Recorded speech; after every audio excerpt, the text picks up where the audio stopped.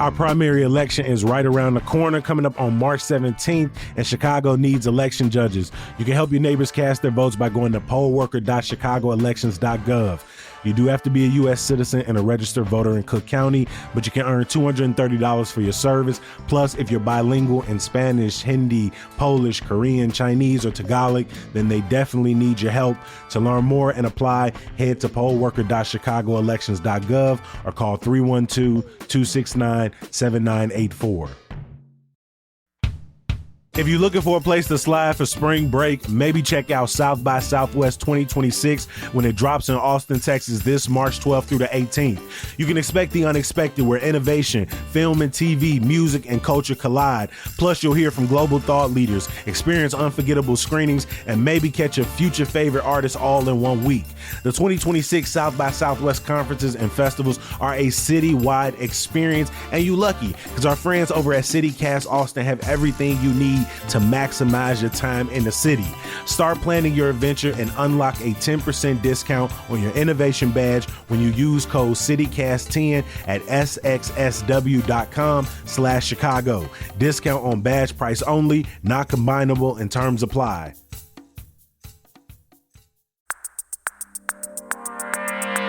Today on CityCast Chicago, civil rights icon Reverend Jesse Jackson has died at age 84. Mayor Johnson vetoes hemp ban, and is your mailbox flooded with campaign mailers too? It's Wednesday, February 18th. I'm Jacoby Cochran, and this is what Chicago is talking about.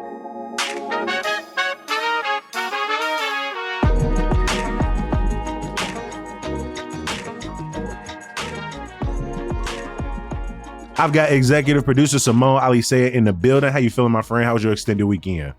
I'm okay. It was pretty good. Did some cleaning ahead of the Lunar New Year, so you know, coming in pretty well. What about you?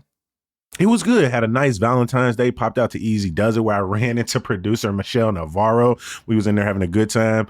Built some Legos over the weekend, but gee, something I didn't say in this morning's meeting. I have cried more at television this weekend than I have in ages. The Pit on HBO, most recent episode, I haven't seen Simone broke me down. I'm so on the couch just, oh my God, it hit me right in the heart. The ending of A Night of the Seven Kingdoms, the new Dunkin' Egg series, bro.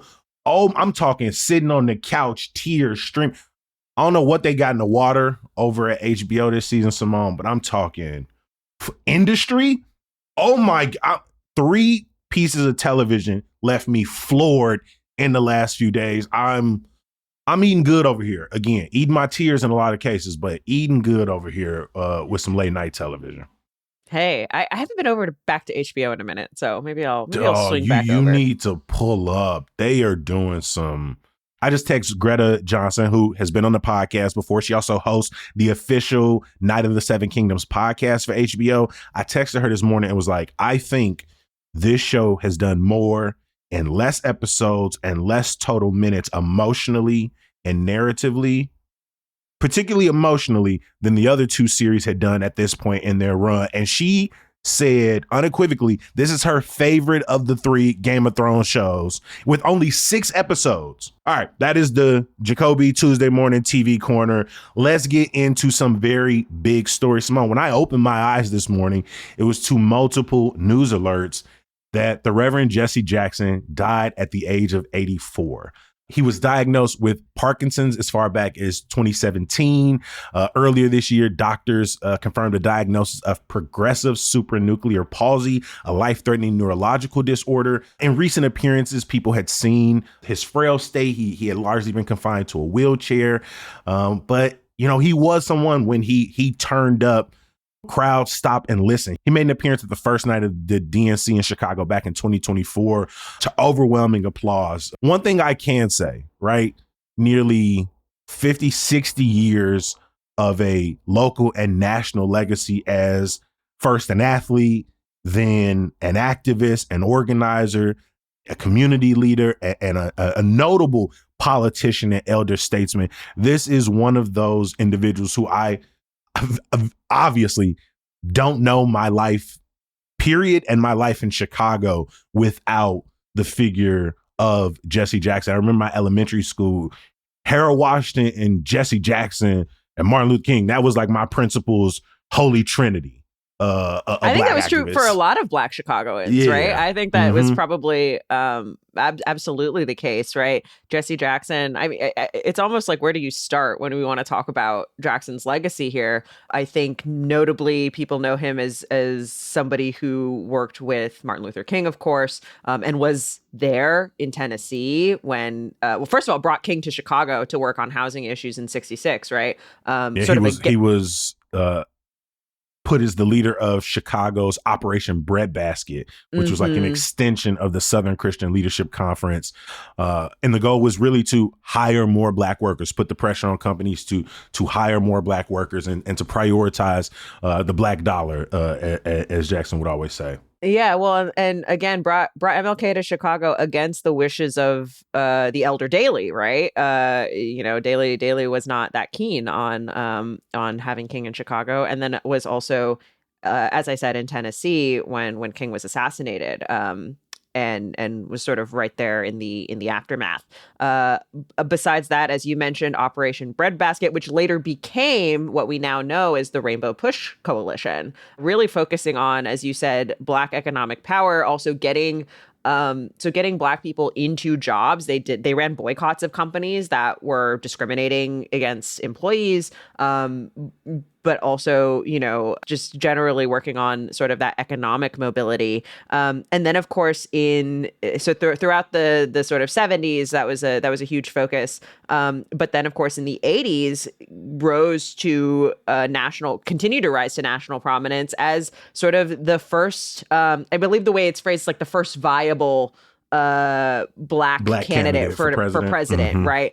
Not the first ever, but was considered, it's funny. I was just watching a show that takes place in the 80s and someone throws off a line that's like, Jesse Jackson's going to be the first Black president. You know what I mean? Like, it was, he ran in 84, believe again in 88, and really made a name for himself. Then, of course, was a sort of close figure in the Clinton administration, working internationally, getting into the 2000s. He starts to run into some controversies, and took a little bit more of a backseat, particularly as Barack Obama was kind of coming to prominence. Sort of an interesting relationship between those two figures, to be sure.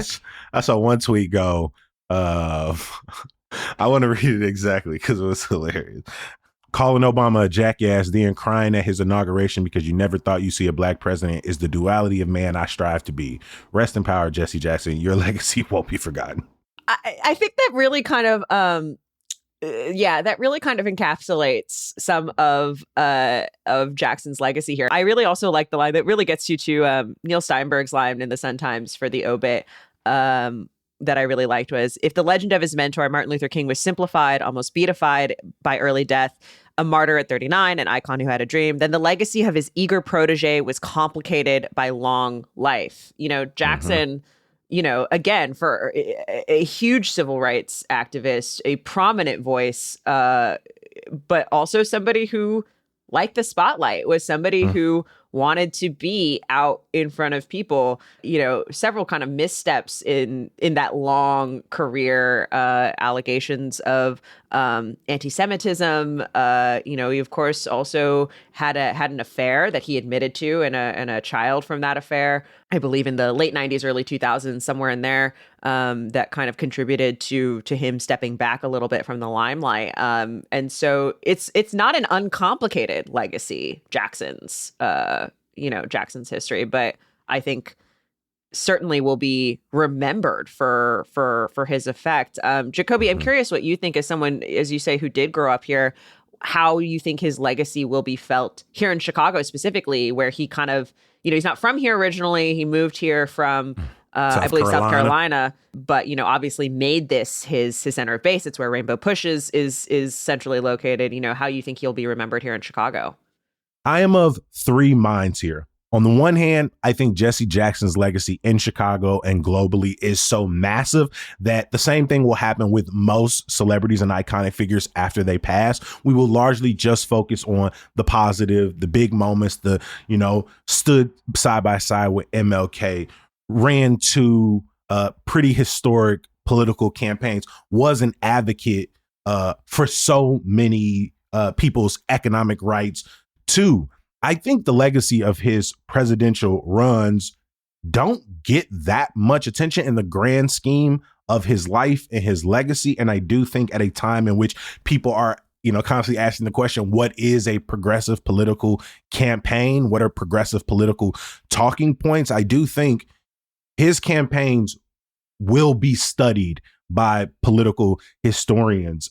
He brought millions of new voters in. He was able to win some primary races. We called it a viable campaign, but, I was reminded this morning by Asha Ransby, an organizer in the city, that his platform was universal single-payer healthcare, free community college, reversing Reagan taxes, cutting military spending, opposing apartheid in South Africa, recognizing Palestinian statehood, reparations for slavery.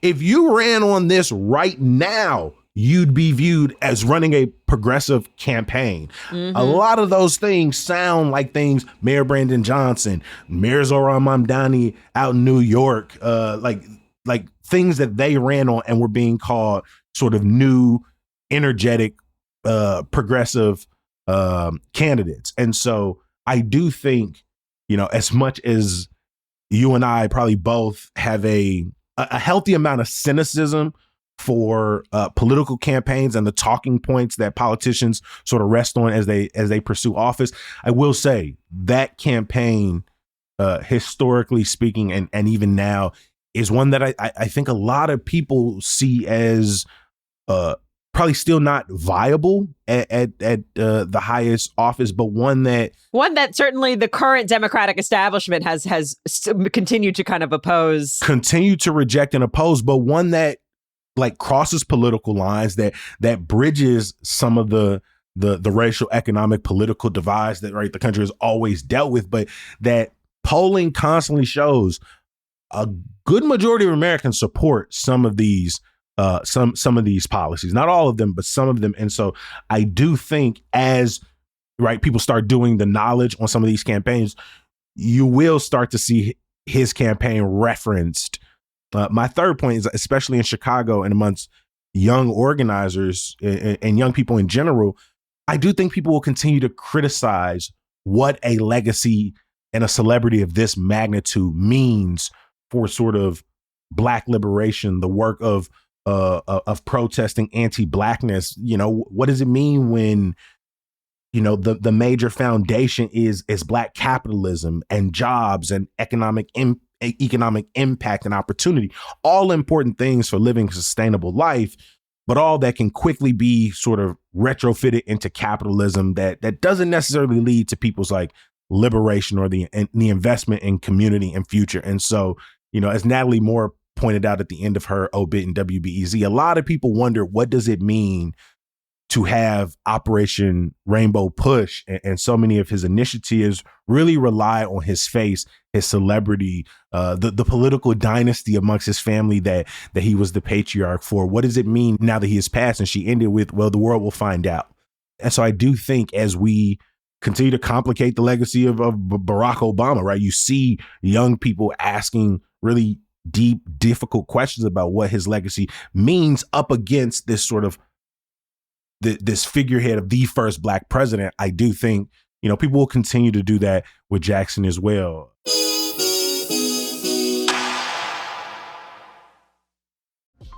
Why not keep the Valentine's Day vibes going for another week? I'm talking a romantic Sunday afternoon at one of Chicago's best piano concerts with a mimosa or a Manhattan slushie in your hand, and you getting all of that inside the former 7-Eleven off Clark and Belle Plaine. Yes, the one across from Graceland. The venue is now called The Checkout, and it's from Access Contemporary Music. The next concert is February 22nd, featuring rock star pianist Wen-Ting Shi, who is performing the ultimate masterpiece. Yes, B minor sonata from Franz Liszt. And if you ask a classical music nut like myself, for just $20, that's already worth the price of admission. But that's just the first part of the show. She is also jumping into their American and Russian composer bags as well. And on top of that, you can get 20% off when you use promo code PIANO. you're welcome. You could do it at thecheckout.org. Solo piano spotlight at the checkout. Beautiful music, unexpected vibes, and yes, adult slushies. That's code piano at thecheckout.org. I know we briefly mentioned it in yesterday's episode, Simone, but late last week, Mayor Brandon Johnson administered just his second veto ever. And honestly, I thought it was going to be around the budget at the end of last year, but instead it was around the hemp ban. This is interesting because you have federal legislation that's supposed to go into effect, and then you had this push across city council to try to do one of a few things. Some wanted to regulate hemp in the city. Some wanted to pressure the state government to regulate. And then others said, hey, logistically, that's impossible. We should sort of outright ban hemp products, setting aside a few. And the city council ultimately landed on that proposal. Johnson let it kind of marinate for a couple of weeks before he did something about it. Yeah, he on the deadline to potentially veto this legislation. That's when he decided to issue that veto. Was literally as late as possible. Sort of a classic. In the news business, we call it a Friday afternoon news dump. And we've talked about this a lot on the show, and I've said it once, and I'll say it again. To me, this is one of the most interesting policy debates that Chicago is having right now, because there's sort of several things going on here. So just to kind of recap what happened, back in January, the city council passed, as you described, a ban. It was essentially banning these hemp-derived products, these THC, CBD products, but particularly the THC products that are intoxicating. And you often see these Delta-9, that kind of stuff. You see these products in corner stores, smoke shops, but also increasingly in the form of beverages at Yep. bars and breweries and that kind of thing. And the city council passed a ban on these products with some major exceptions, those major exceptions being beverages, for example, also pet products and topical CBD creams as well. Which made it feel as if this ban was, in a lot of ways, largely focused on the proliferation of the head shop, the gas station products. I would say it was sort of like the stuff that looks the most that like you would find in a dispensary, in a legal weed dispensary. That was really what the ban is really trying to target. It's flour, candy in particular. There are sort of lots of different concerns about these products. And the mayor from the beginning, this is a debate that's been ongoing in the city council for a really long time now, led primarily by Alderman Marty Quinn, who successfully passed, initially in his own ward, had passed a ban, and then worked on this sort of compromise legislation to do so citywide. From the beginning, Mayor Johnson has always kind of been not that keen on a full ban, and his major concern is essentially for the business owners, the people who run these smoke shops and corner stores, who say that, like, if you cut this out, like, my revenue is gone, like my business, like I cannot operate. And a lot of these, the other sort of complicating factor here is that a lot of these operators say that they have essentially been left out of the legal weed industry. In yesterday's conversation, we had a whole discussion about how difficult it has been for anybody, but particularly social equity applicants, to open up your own dispensary, to get a license, and to kind of go through those hurdles. It's expensive. It's a lot of, legal framework. And this was sort of a way around that, in a way, right? It's a way to open up, to do some business, get some stuff done. You're selling this product that is very, very similar to what you would find in a legal weed dispensary, but is regulated differently. And by regulated differently, I mean not really regulated at all. And it's interesting because shortly after the veto came down, Alderman Quinn came out and was like, hey, I'm kind of throwing in the towel. Like, it was tough enough to get that compromise, and they didn't have, I believe, to pass it. I don't think it passed with 34 votes, which is what you would need to override a veto. With him saying he's throwing in the towel, it's like 32 is a pretty good margin. They didn't think the mayor's second only veto could be compelling enough to get two other alders to sort of switch sides, just to, again, this sort of eternal battle between the authority of the city council and the authority of the mayor. I think getting the mayor to back down from vetoing the budget that the alternative budget that city council proposed was a huge win. And this feels like an opportunity, even if, two of those people disagree, to again, really flex the power of this current city council. And so, yeah, I wonder if this is the last of it, or if that was maybe premature. I think it speaks to just how thorny this issue is and just how difficult it was to get that compromise bill through. Again, that bill went through a lot of iterations, that hemp ban bill. And again, you had those big carve outs for a reason, right? Like there were a lot of concern about that. And I think it was absolutely a compromise in the sense that not everyone was happy with it, right? I think it was very much kind of one of those things. I also think I think Johnson's point is a good one about what happens to these business owners, and then what happens to these storefronts, right? Now, again, I think people probably have differing opinions about how much they want a smoke shop on their block or whatever, but at the end of the day, these are local business owners who were working under the laws that were available to them. You understand what I mean? And there's sort of a switch on things. Again, not unheard of. We regulate intoxicating stuff all the time. That is what we do.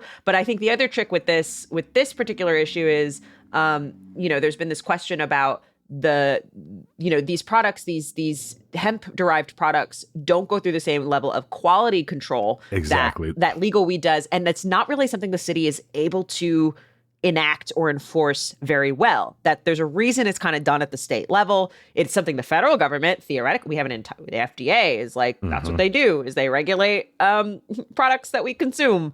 But again, the federal government has passed a pretty large ban itself. That's my biggest concern with this as well, is Johnson's response was, we need city council, public health experts, industry stakeholders, people to come together. But to your point, we've been talking about this for over a year plus. And so the fact that this veto was not coupled, especially since it came down the pike so late, wasn't coupled with some type of regulatory framework, it's this isn't good enough. Let's go back to the table. And no one has proposed a regulatory framework from the state or the city that feels compelling enough to be voted on, which makes me think it's probably because it's not all that feasible or possible. And so is this just kicking the can a little bit down the road until we get a more compromise ready bill? I think there's some of that. I also think, to your point about the federal, right? So there is this federal ban that theoretically is supposed to come into effect in November. And as I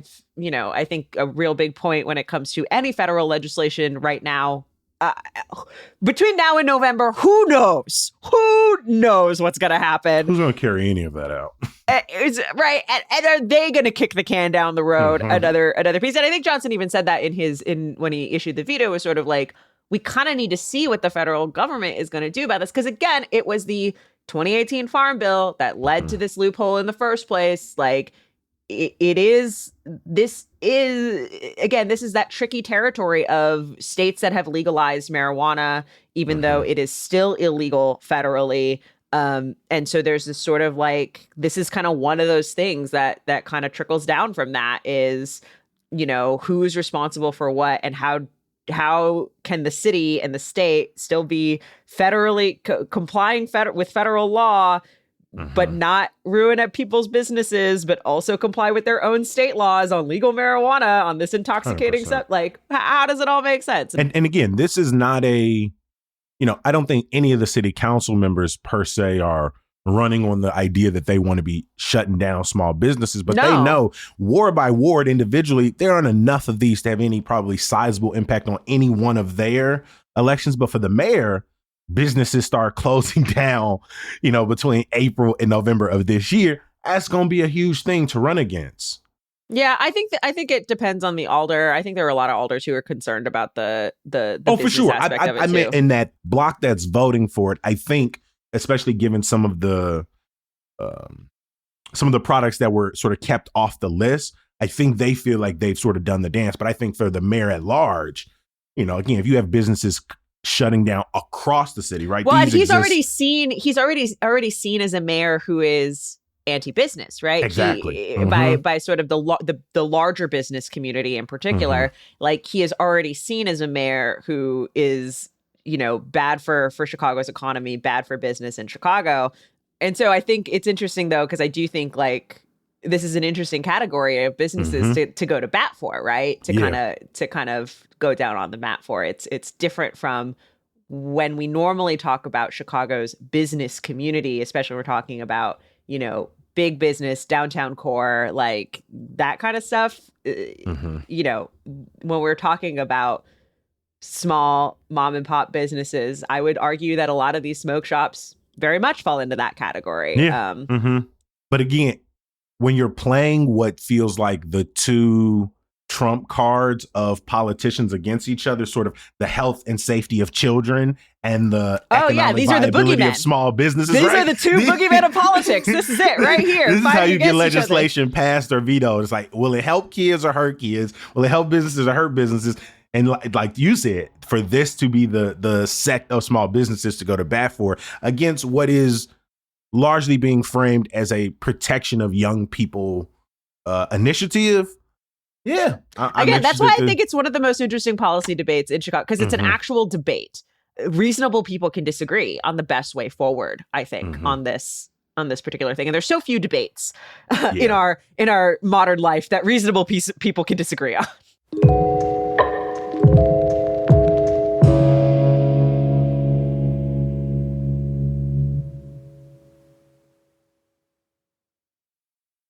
Simone, you headed to your mailbox for the first time in a couple weeks. A hilarious statement on its face. But what did you find when you got there?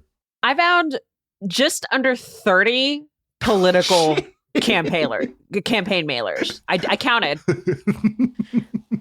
So number one, I don't check my mail every day. I am a millennial. I don't get a lot of mail. And so I only check when I remember. And so, yes, I checked it for the first time. You still send important mail to your mama house? No. But I don't get that much important mail. I send some of the important mail to my mama house. No, I get my important mail, but I also have digitized a lot of it. So most of my really important stuff comes digitally to me. So I checked my mail for the first time in a couple weeks, and yeah, just under 30 campaign mailers. And I want to. We got cameras going, so let me hold this shit up.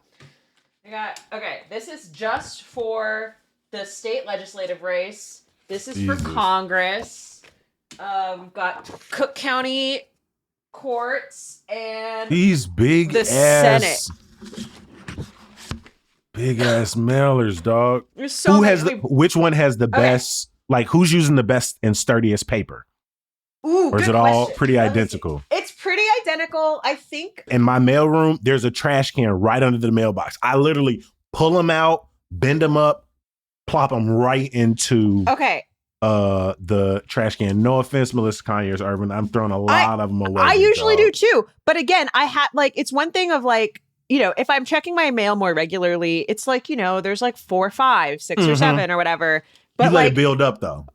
I have 29. So the best paper comes from Daniel Biss, actually, for Congress, running in the 9th Congressional District.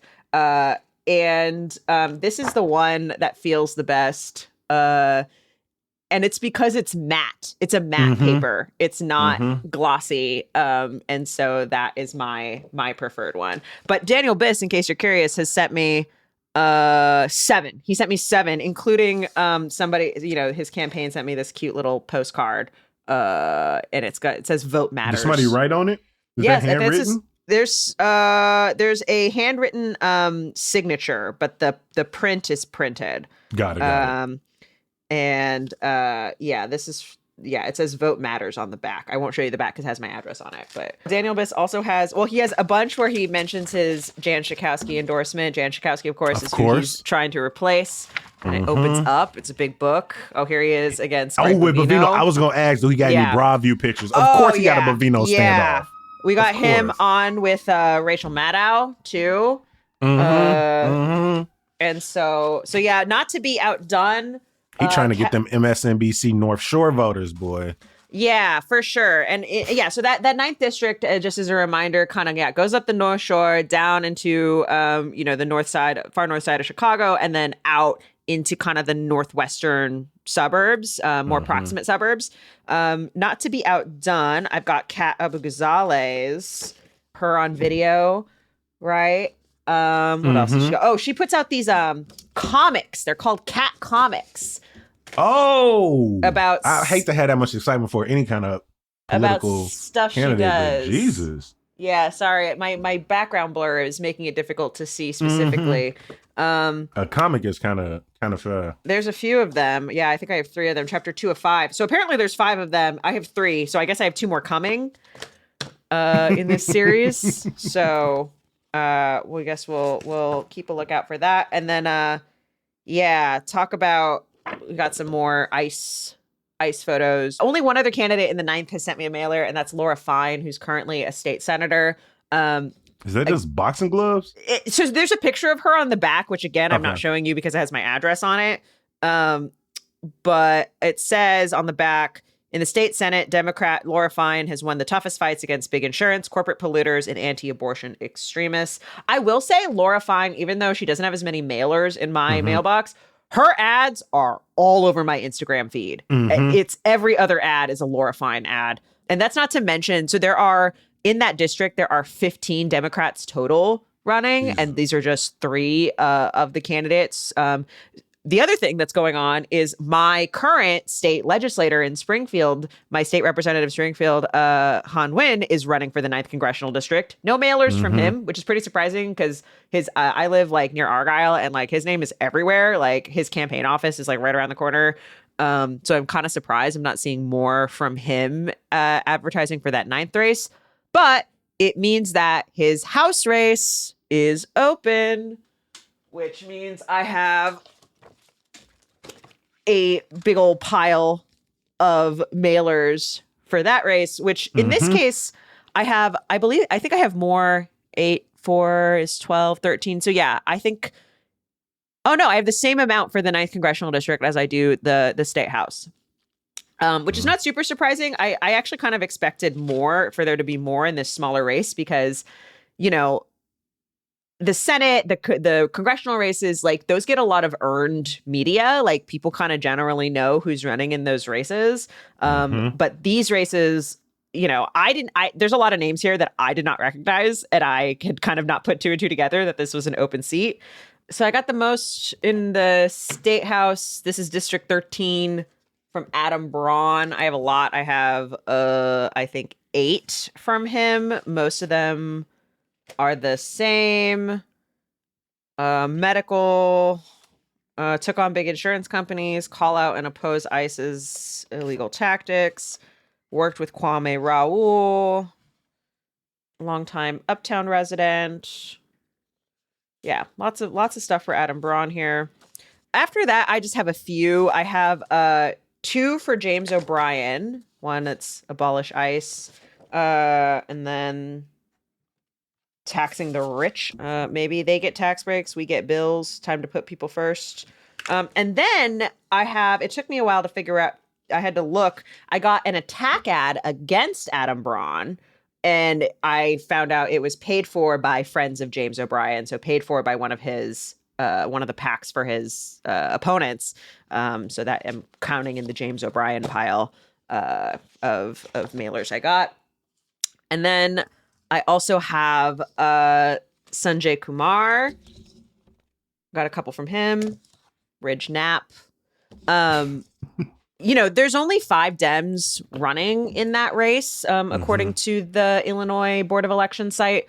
So, pretty well represented as far as like candidate spread in that race. Again, that's it's a much smaller voter pool.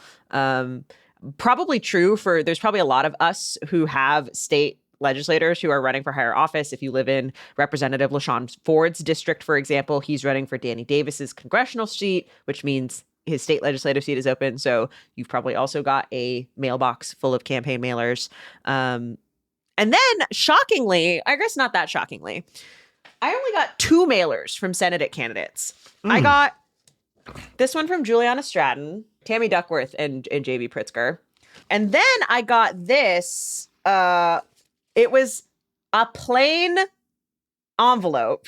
Mm-hmm. I had no idea what was in it. And it turns out to be a Rajna Krishnamurthy for U.S. Senate letter. Bro, that looks like a letter to get your $400 from Google. Yes. Like, what is that? That's why I opened it. I was like, oh, this might be something good coming to me. Time to get some Snapchat money. No, it's just a pitch with no images, just a QR code. Just a QR code, poorly placed. Yeah. Just from Rajna Krishnamurthy. These are the only Senate mailers I've gotten. Again, not as surprising, even though there's 10 Democrats running in that primary. Because again, that race is already getting a lot of attention. Like, they have forums that people can watch. I'm going to be hosting a forum this Saturday at Rainbow Push, actually, kind of ironically enough. And so, like, that's not super surprising to me that I'm not getting as many mailers, just because I think that race is being talked about more because everyone in the state is going to vote on it. I'm not, you tend to get a lot of these mailers in these districted races where it's like, you at this address, this person is running in a race that you can vote on. Also, it's important to know that, like, these campaigns know, for example, that I've voted in every election since I've lived at this address. They know what ballots I'm pulling in primaries, if I'm pulling a Democratic or Republican ballot. They probably know some demographic information about me. That's why you're getting these texts. That's why you're getting these algorithmic ads as well that are targeting you pretty closely. Like, these campaigns have quite a lot of information about who you are. And then the last mailer I got was for Cook County Court, subcircuit, 20th subcircuit. And this is actually a competitive race. I have a competitive judicial race which I had no idea because there are so few, as we talked about with Charles Preston last week. I actually have a competitive judicial race for a vacant seat. The other candidate in that race is John Stromsta. This is for Bell Katubig. One of whom, I guess, has public defender experience. The other one worked in the Cook County State's Attorney's Office. And so, interesting stuff there. I got my ballot, my mail-in ballot. It came to me. So, I get to sit at home while I go through these mailers and figure out what my voting is going to be like. But yeah, wanted to show, this is my my political mailer haul that I'm going to unbox for you right now. Ooh, this is that good matte paper. This that good thick matte. Should I like toss glossy. them up like a? It's like the club throwing up mailers. That's what you should do. Go to the club with all your mailers and just throw them up like you just don't care. East Room Fatty, do not let Simone in. Before we get out of here, Simone, I know you wanted to ask our listeners a favor. Yes, I am here again to ask you to please fill out our audience survey. It really, really helps us out. It helps us get to know more about you, what you like, what you want to hear, where you get your news. And we are really close to reaching our goal. I need like 30 more people to fill this out. And so you could do that in a day. There's a link in the show notes. You're going to have to go click into the show notes. There's going to be a link. And yeah, if you could please fill that out, it'll take a few minutes and we would really appreciate it. Plus, you could be entered to win a $100 Visa gift card. So, maybe get some cash on your way out, hopefully. Hey, to the hundreds of you who have already gone and filled out the survey, we see you. We appreciate you. Seriously. This means a lot to us. Thank you. Any way you all can interact with the podcast, whether you texting us at 773-780-0246 or you are answering just a few of our questions, even if you're just doing it for the gift card, we appreciate it. One last thing, please join me in thanking our executive producer, Simone Alicea. Hey, thanks, Jacoby. Of course, I can't close the door without some good news. If you are still getting your bearings about this March primary, I've got the perfect event for you. You can head to Political Education Lunch and Discussion this Saturday from 1 to 3 at 6400 South Kimbark. It is going to be talking about voter guides, judicial elections, everything you need to know to feel confident before sending your ballot off, whether by mail or in the booth. I'm gonna drop that for you in the show notes. As always, we appreciate you for listening and reading. We're going to be back bright and early tomorrow. We'll talk to you then. Peace.